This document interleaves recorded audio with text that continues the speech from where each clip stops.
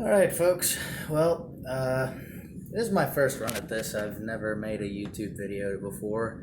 I'm Taz. Nice to meet you guys. I guess what you would call an intermediate shooter. I am not by any means an expert. Definitely, there's 1,000 other prime dudes out there that have been doing this shit, and honestly, they've forgotten more than I'll probably ever learn. But I did want to get on here today and basically address some things that I'd noticed through my meager experiences when it comes to getting into long range shooting. So, first off, if you're gonna do it, absolutely expect to spend a lot of money. My other thing would be, you can really get into the weeds and overthink shit, I think. There's definitely a lot of math, and there's a lot of, variables that come with that territory, and, there's plenty of good resources out there that can overcome those kinds of things, but sometimes that stuff's not always available to your average Joe. For instance, I was growing up, I grew up in Southwest Virginia, out by Roanoke, and, you're up in the mountains, and, there's a bunch of cow pastures and stuff that you could get some range out there. Now, if you can convince Farmer Joe that you're not going to shoot his fucking cow, then you might be in business. You can probably do a little bit of practice and figure shit out by yourself without embarrassing yourself at the local match, or spending $500 and up on a class, or maybe a weekend retreat or something. And don't get me wrong, I'm not shitting on that price range. People have to make money, and so if they've got the resources that people want to pay for that, then that's great. Unfortunately for myself as a layman, couldn't afford that shit. A $400 class was basically, I'm gonna fucking save for like a year for that. Making $10 an hour at the local factory or whatever. I've since moved out of there. Still love Southwest Virginia. I'd love to go back there and honestly just go flip burgers, but it's just not in the cards right now. Me and my wife are living up in Western Maryland, and making a lot more money. So I've gotten to kind of expand my horizons a little bit in the sense of gear and shit like that. So today I'm going to go over a couple things that I learned through vast amounts of frustration and money, and thankfully we'll get into it, but the purchases that I did make were, at least they were vetted and wise purchases, but there were some variables in there that I didn't quite intend upon. So we'll go ahead and cover that. So my first match that I ever shot, the way I got into long range shooting was a buddy who was a prior Marine. He had a nice little setup, and he agreed to let me come out and try my hand at shooting at 700 yards. And so I said, okay. So what did I have at my disposal? Well, this 1903 that was converted into 243 Winchester. You can see still has the internal magazine. It's very slow to reload. This is what I was running, and I got up there, and he had a couple $1,000 setup. He had an ICE M40 clone with a Night Force scope on it, and we got up there, and he, whatever. Sometimes you have a bad day at the range, or you just don't know your dope or whatever. So he goes to shoot, and he missed probably 4 or 5 shots, and then adjusted to the point where he was finally hitting the target at 700 yards. Me, I had no bipod, and we were shooting downhill, and I couldn't see the damn target. I couldn't get high enough off the ground to shoot prone and still see the target. So I had brought a $60 spotting scope that I've still got. It's a piece of junk. I never use it anymore. but it did have a tripod on it. So I took the spotting scope off of the tripod and I rested the rifle on the tripod and I took my shot. And I hit it the first round, and my buddy about shit himself. And so did I, because I fully intended on missing it. And so from that point on, I was pretty much hooked. I started looking around for local ranges and stuff like that, matches, things. There was a match, this was back in, 2016? So 2016, I shoot my first match. And as predicted, I got my ass handed to me. It was known range, so I did know the range, and I brought a bag this time. Did not use the tripod for this match. It was kind of geared towards like a minimalist, kind of like practical shooting type deal. And basically, what would you be carrying on any given Sunday? So I went and I did okay. I shot. I don't know. Probably, I wasn't dead last place. I think I was probably, I don't know, third or fourth from the last place on that match. And I was running Winchester White Box 100 grain hunting ammo in this 243. And with this center point piece of shit scope. Just so you guys can see what a gigantic turd that thing is. And I've still got it set up to this day because it still works. All it's taken is me really just getting out to the range and figuring it out. So this is a second focal plane, and to make things as fucking humanly difficult as possible, it's got a mill reticle and MOA adjustment, and unlike most second focal planes, this goes up to 16 power, and this scope is calibrated with the mill reticle at 12. So, if you can get it around 12, you may or may not be able to range your target properly. And those mill dots might or might not work, considering whatever come-ups and data you've got for that rifle. So, not an optimal scope. And I ran this for 5 or 6 matches. And I consecutively, it was hit or miss. I'd come in some days and I'd almost, I'd place a little bit higher, maybe up towards the middle of the list, and some days I'd just come in and, suck. But I was fortunate that my rifle did happen to like 243 white box. So that was what I ran, and that's what I continuously ran in this rifle, in that setup. And so I moved, and that happened 2017, and the place that I was going basically stopped doing matches for a while due to venue issues, and so I didn't have a place to shoot anymore. Moved up to Maryland. There was Peacemaker, and that was close by, and I would have loved to have done that, but I just still couldn't quite afford, the $50 entry fee, and then maybe if they like you enough, they'll call you back and you can actually use their fucking range. So I just didn't sit well for me. And it seems like a lot of these long range places are pretty exclusive, and I understand you try to keep the derp out and keep people from coming in and causing insurance issues or just pissing off the locals or whatever. I get it. I really do. But it would sure be nice if some of these places were a little bit more open to, your average guy. Just seems like, as gun advocates and stuff, people that love to harp on how they love the shooting community and want people to get into shooting, and then it's like, well, yeah, but you can't use my range. So that kind of bugs me a little bit, but what the hell, I'm not rich, I don't own 1,000 acres.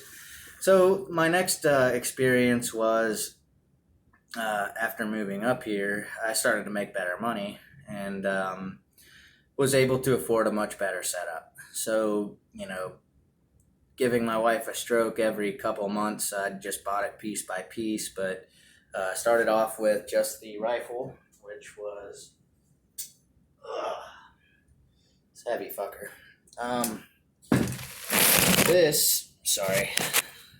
video camera slipped because I'm fucking doing this off the seat of my pants. This is a Ruger Precision rifle, and I painted it because I wanted to paint it. And say what you will about the Schmidt & Bender logo showing, I really don't care. I fucking paid for it, I'm proud of it, great.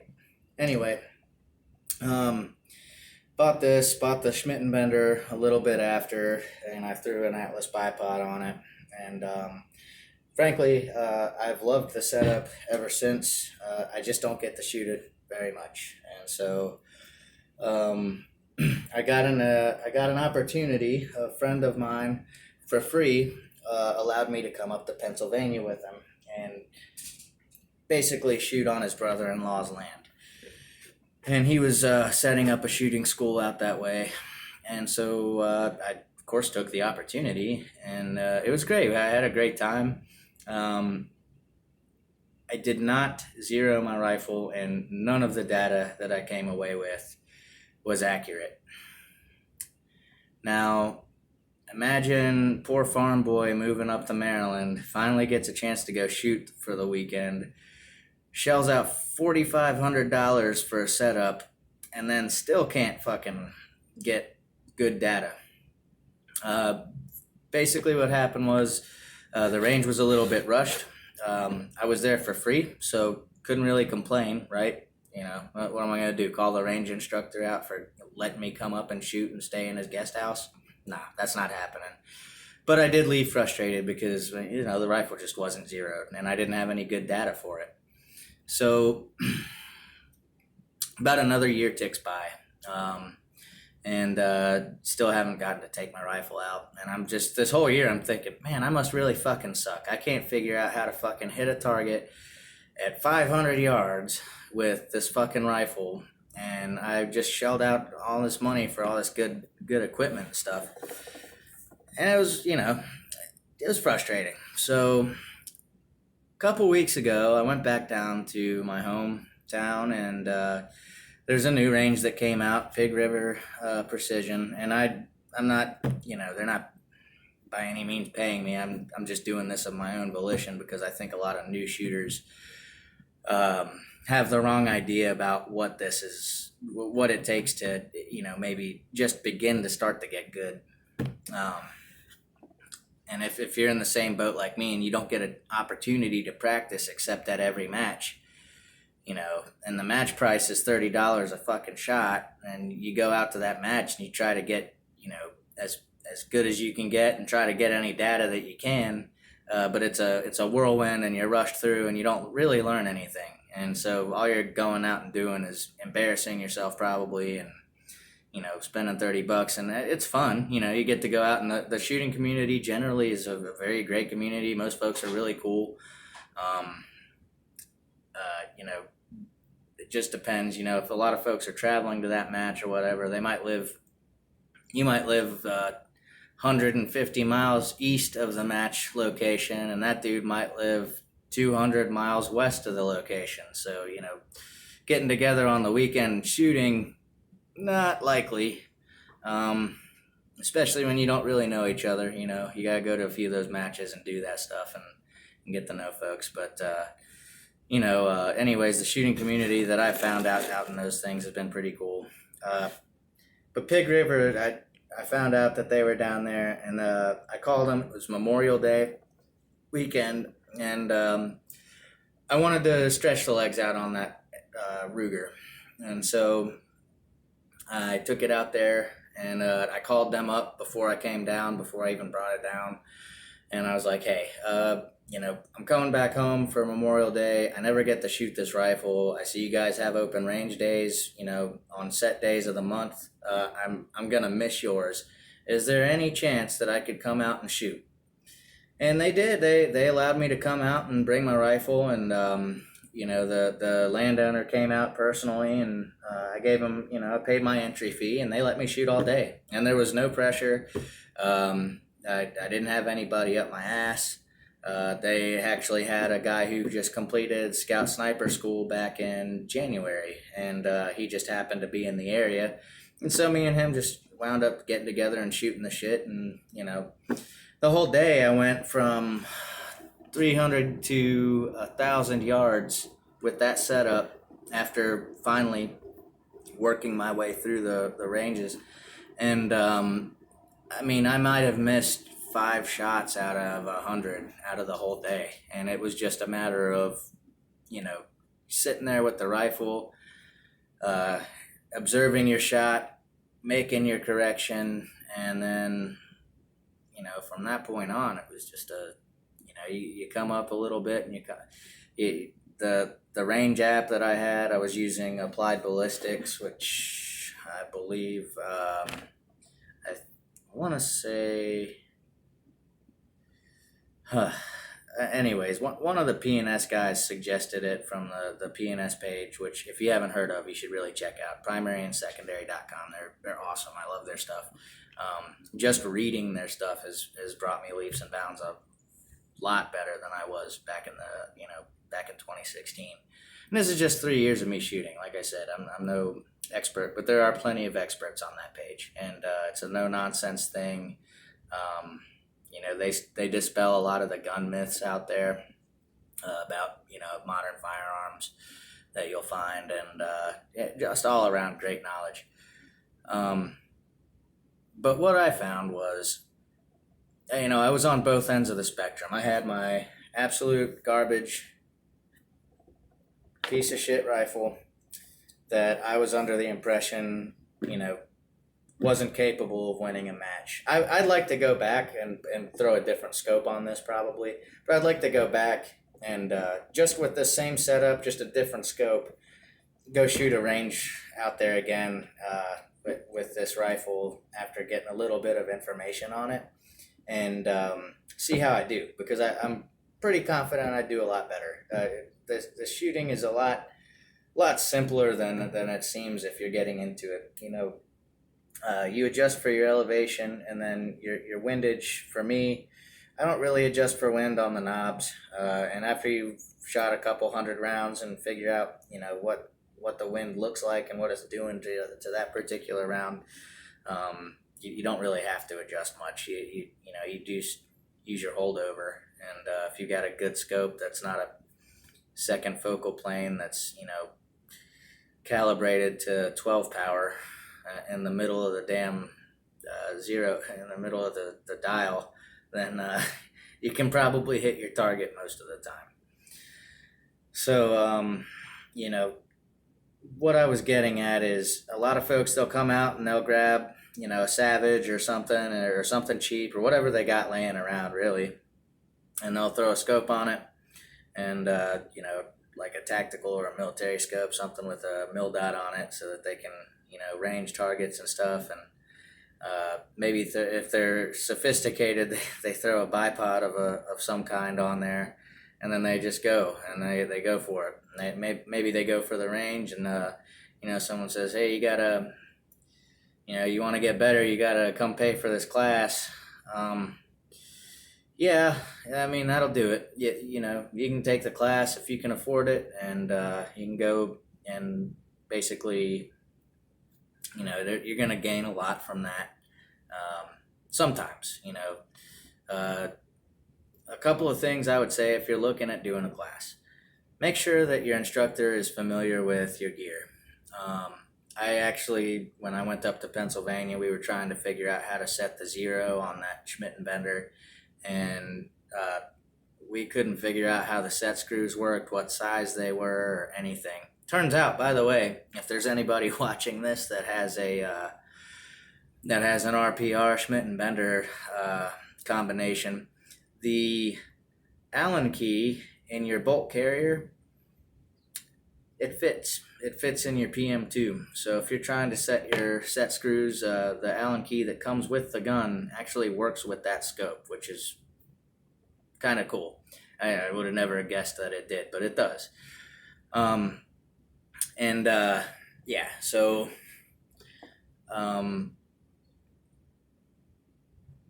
it's just, a lot of folks are going to come away from their first match and think, man, this is a gear problem. I'm a good shooter. I've been shooting my whole life. I can put fucking, rounds inside of existing holes at 100 yards. And it's like, yeah, that's true. You definitely can. And yeah, you probably should look at upgrading your gear if you're using the, bottom of the barrel cheapest stuff you can find, and that's okay. But there's something to be said for the fact that I could probably hand this rifle off with the scope, as long as it had good data and it was calibrated right. I could probably hand this off to any number of good shooters, what I would consider good shooters out there, and they could probably do just fine with this gun. Out to the limitations of the cartridge. So if you're looking at doing that kind of thing, vet your instructor. Make sure that I would say if you're going to go to the class and do it, you're better off paying, so that at least then if something's happening that you don't quite agree with or something like that, even though you probably don't, you're a new timer. Like I could tell something was wrong because I was rushed. Instructor didn't know my gear. Instructor wasn't asking any questions really. He was just telling me what to do, and we weren't collecting any data at all. We were just out there, and he'd say, "All right, come up too." And then, if I hit the, I don't know, 20 MOA target at 400 yards, it was like a fucking human-sized silhouette, then he was happy. And he was like, all right, next one, and, let's go to 500. I'm like, well, wait, I don't know where on the 400 target I hit it, I just rang steel. It doesn't mean my bullet went where I wanted it to. Yeah, vet your instructor. It's not always a gear issue. Now starting off with this was terrible. That internal magazine for a match, you try to reload that son of a bitch in the middle of a 2-minute course of fire, and you're eating up a good half of your time. And that's if you're lucky and you don't miss anything. If you miss and you gotta reload and start shucking them down in that chamber while you're under stress, it's not fun. Hats off to the folks from World War I, because that would have sucked. Yeah, so, take a look at those kinds of things. If you can get the opportunity to go out there and shoot and get some range under your belt, definitely do that. I would start off with some kind of easy baseline. You don't have to go. I went from one extreme to the other, and I ended up frustrated in both ends. I ended up frustrated with this rifle because ultimately I didn't get good data from it. I was only running it at the range. I couldn't go out and collect data on my own free time. I couldn't afford a class, and I was just pissed off because couldn't fucking hit the broadside of a barn, in my opinion. And then I got pissed off with that rifle because basically same exact issue. Didn't get time to collect data on what the rifle and the cartridge were doing, and ended up pretty pissed off. And if I had made some different decisions, say I'd gone cheap on a scope that hadn't been proven, it could have been a lot worse. Thankfully, my setup was fine. It was just gathering data and applying that and using it when I shoot. This wasn't a shooter stance error. This was basically a fucking take your time, breathe, write this shit down, and apply it. So identifying that could have been very expensive had this been a gear issue.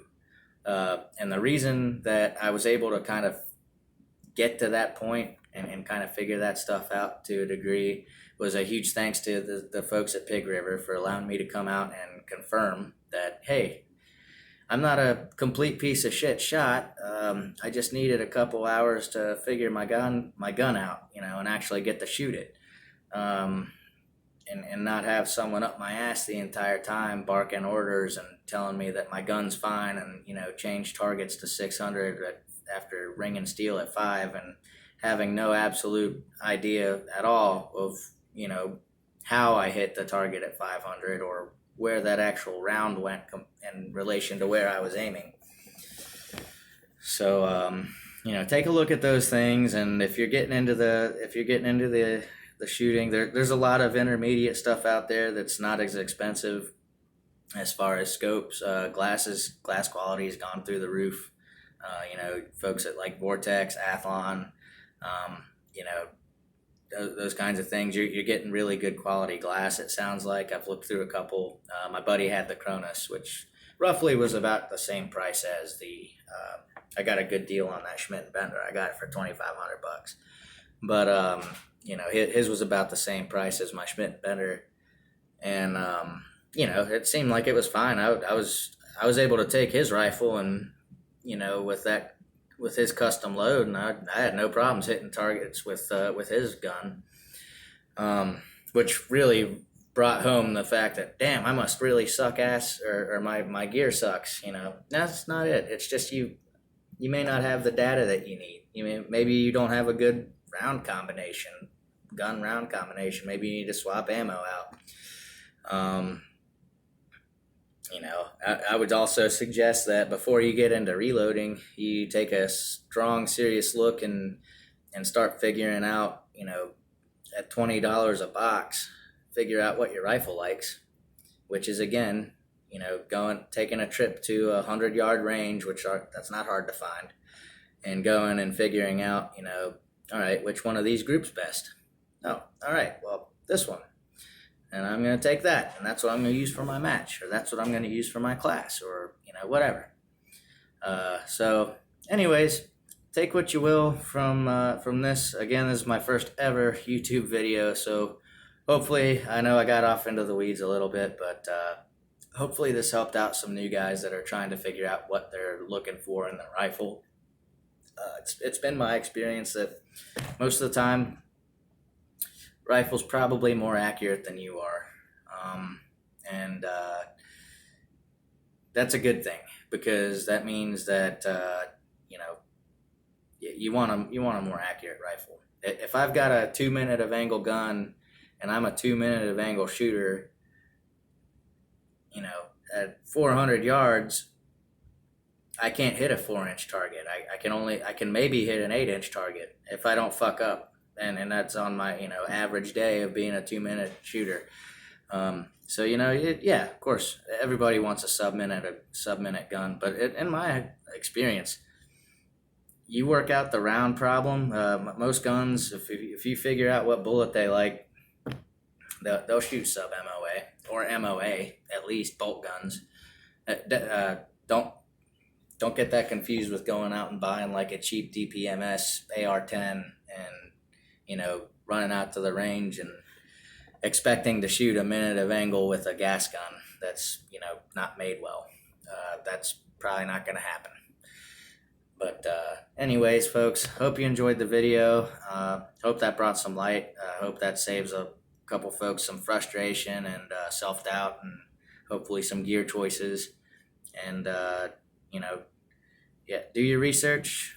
If you're fortunate enough to have a place to do it, go out and shoot and learn your gun, and then come back. And the gun community is pretty helpful. You can find some pretty good information. And again, strongly suggest checking out, if you're in the area of Southwest Virginia, go to pigriver.com and check out that range and see what kind of matches they've got available and what their open range days are. I think they go out to 1,100 yards.